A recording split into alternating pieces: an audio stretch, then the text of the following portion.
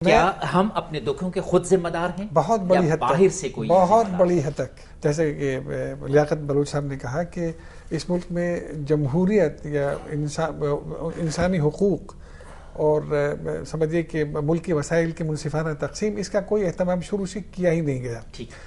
اور قائد اعظم لیاقت علی خان کو تو اللہ تعالیٰ نے فرصت نہیں دی. اس کے بعد جو بھی قیادت آئی، اس کے بعد ملٹری ڈکٹیٹرشپ کا رول شروع ہو گیا. اور اس ملک میں یقین کیجئے ڈاکٹر صاحب کہ میں نہیں سمجھتا کہ کوئی قیادت ایسی آئی ہو جس نے اتنی دوربینی کے ساتھ اور اتنی گہرائی کے ساتھ اپنے ملک کے مستقبل کو دیکھا ہو اور اس مستقبل کے خاکے میں رنگ بھرنے کی کوشش کی ہو. تو وجہ یہ ہے کہ مشرقی پاکستان اگر ہم سے علیحدہ ہوا تو اس میں بہت حد تک ہمارا اپنا قصور ہے. ان کے ساتھ ناانصافی ہوتی تھی، ان کے الیکشنز میں وہ اکثریت سے کامیاب ہو گئے، ان کو حکومت نہیں دی گئی، اس میں ہمارا اپنا قصور تھا. دیکھیے، ہم نے کہا کہ پاکستان کی سرکاری زبان جو ہے وہ اردو ہوگی، ہم نے کہا پاکستان کا دارالحکومت وہ کراچی ہوگا، ہم نے کہا کہ پاکستان کی جتنی بھی فوج ہے وہ سب کی سب مغربی پاکستان سے تعلق رکھے گی، اسی فوج پر 60% آف دا بجٹ لگتا ہے. اس کے بعد پھر کون سی اور چیز چاہیے جس کی وجہ سے وہ علیحدگی نہ چاہیں؟ تو آپ تو مجھے سپورٹ کر رہے ہیں. یہی میرا قد بھی ایسا رکھا کہ جس میں بنگالی نہ آ سکے. دوسری بات یہ تھی اس میں کہ دوسری بات لیاقت صاحب نے جو بات ایڈ کی کتنی خوبصورت بات ہے. بالکل صحیح بات. میں معافی چاہتا ہوں، نذیر ناجی صاحب لائن پر ہیں. نذیر ناجی صاحب، آپ کو پروگرام میں خوش آمدید. جی شکریہ جناب، ڈاکٹر صاحب نے یاد کیا. آج کا ہمارا موضوع ہے امریکہ ہمارا دشمن ہے یا ہمارا دوست ہے. یہ آپ کا مرغوب موضوع ہے. میں چاہتا ہوں کہ آج مختصراً آپ اس پر اپنے نقطہ نظر کا اظہار کریں، مگر جامع طور پر. صرف امریکہ تک ہی محدود کیوں؟ دنیا میں کوئی ملک نہ کسی کا دوست ہوتا ہے نہ دشمن ہوتا ہے. ٹھیک. وہ صرف ایک چیز رکھتے ہیں، وہ ہیں ان کے اپنے مفادات. وہ جس طریقے سے، جس انداز میں اور جہاں سے پورے ہو سکتے ہیں وہ ان کے لیے وہاں کی حکومتیں کام کرتی ہیں. دراصل وہاں کی جو بھی حکومتیں ہوتی ہیں دنیا میں، بیشتر وہ اپنے ملک کے عوام کی ایجنٹ ہوتی ہے.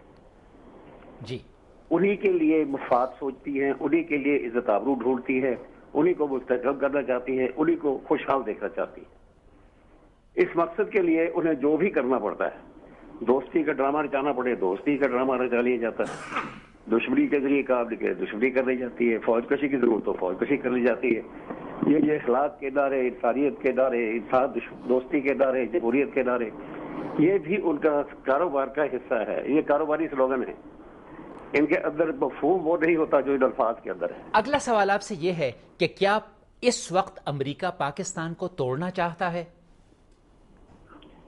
جی، اس سوال کا جواب بھی میرے اسی جواب مثبت ہے کہ اگر اس کا فائدہ اس پہ ہے تو اسے کوئی اس میں فکر نہیں ہوگی. آپ ہنری کسنجر کی کتاب پڑھ لیجئے، ایئرز ان وائٹ ہاؤس.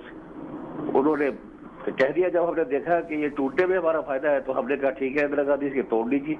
ہم چاہتے تھے ان کو یوں آزاد کریں، مغربی پاکستان سے نکالیں. آپ فوج کے ذریعے نکالنا چاہتے ہیں، چلیے ٹھیک ہے آپ کر لیں. ان کی دلچسپی کا تو یہ عالم ہوتا ہے. اس وقت بھی اگر پاکستان کے متحد رہنے میں انہیں اپنا فائدہ نظر آیا تو وہ اس کے لیے کام کریں گے. خدا نہ خواستہ اس کی شکست تاریخ میں کوئی فائدہ ہوگا وہ اس کے لیے کام کریں گے.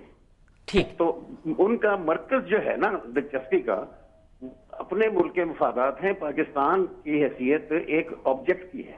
بالکل صحیح. ناجی صاحب آپ کا بہت شکریہ.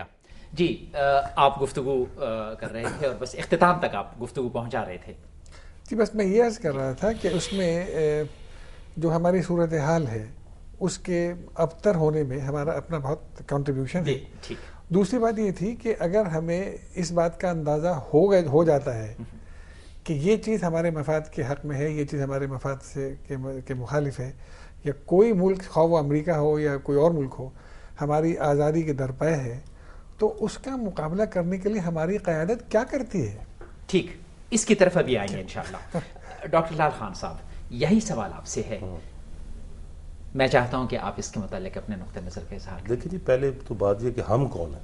جی ٹھیک ہے نا. اب ہم پاکستان میں ایک غریب آدمی، ایک عورت اپنے بچوں کو بیچ رہی ہے بازار میں، وہ بھی پاکستانی ہے. اور ایسے لوگ ہیں جو ارب پتی ہیں جن کے پاس ایک ایک لمحے میں کروڑوں خرچ کرنے کی موجود ہیں. تو ہم کیسے ایک ہو سکتے ہیں؟ دیکھیں نا، انصاف، دیانتداری، جمہوریت, امن, مکالمہ, یہ تو سب کو چاہیے. یہ سب بازار میں بکتی ہیں چیزیں, یہ سب چیزیں بازار میں بکتی ہیں, یہاں انصاف بکتا ہے. آپ مجھے بتائیں کہ کیا جیسے سلین نے کہا تھا, کیا دیانتداری کی حقیقت میں آپ کو کہتا ہوں کہ دیانتداری پیسے میں ہو نہیں سکتی.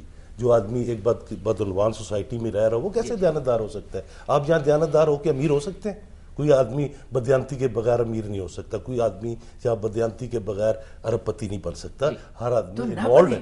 کیوں نہ بنے؟ لالچ اور ہوس, اور وہ کسی کو استحصال کیے بغیر اوپر نہیں جا سکتا. اس لیے ہمیں یہ پہچاننا پڑے ہم کون ہیں.